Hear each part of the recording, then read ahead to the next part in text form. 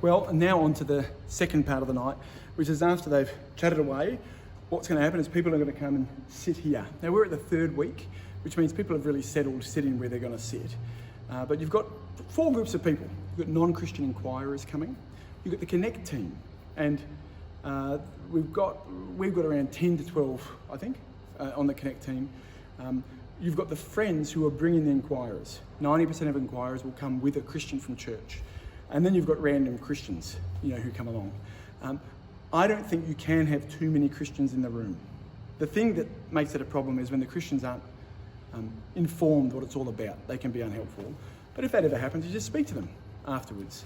But if you've got enough good people, by that I mean to say trained and equipped people who know what's happening, it's always a good vibe to have Christians who know what they're doing in the space.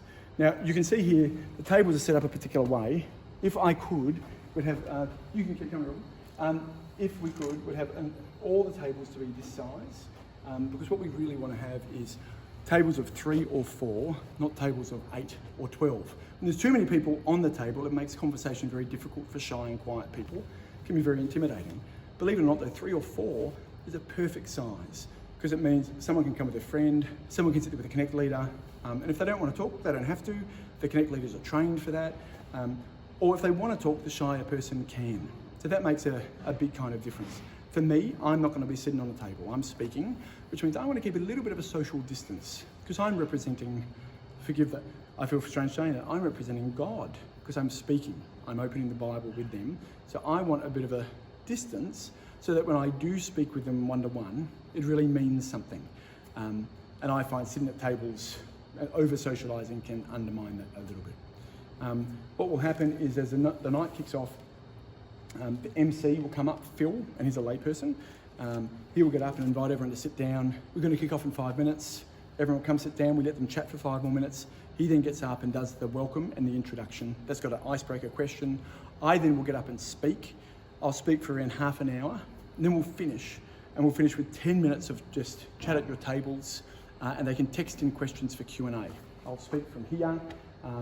And obviously they'll be there, but during the chat time they can go up, get food and that kind of thing. After the end of that 10 minutes, myself and Phil will sit here and we'll do questions from the floor, all from texting in.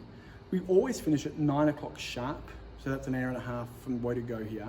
But after 9 o'clock, we're happy for people to stay for as long as they like. We want them to do that.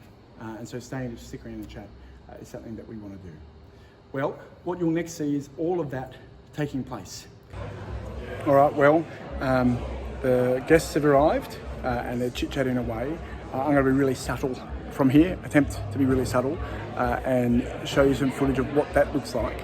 Now, this part of the night is super important. Chit-chatting, getting to know one another, continued light conversations. It's really, really important. So let me see if I can do this.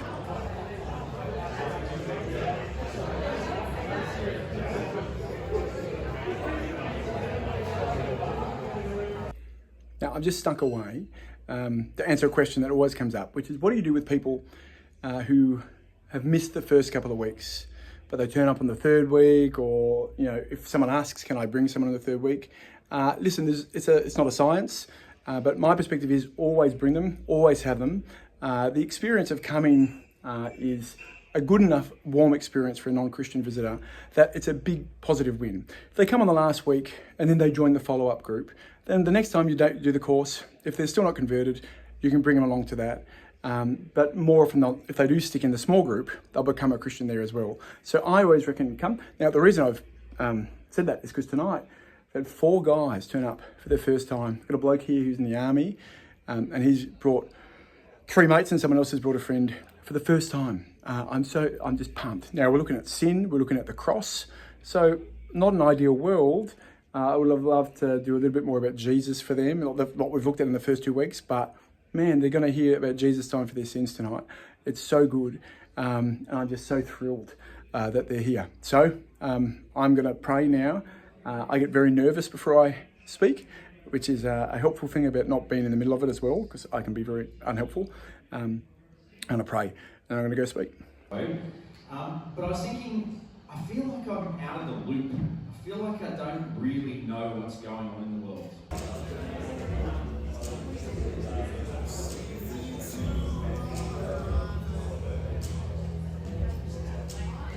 looking out for ministers and priests and pastors, people like me, and check things for yourself. That's really important. Always ask questions, always look into things, always dig into it.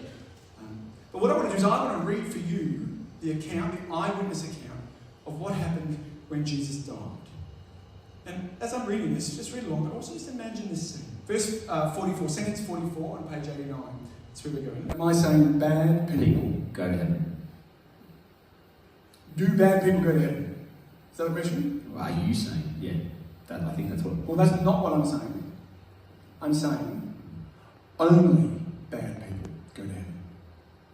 There are no good people in heaven. If you're good,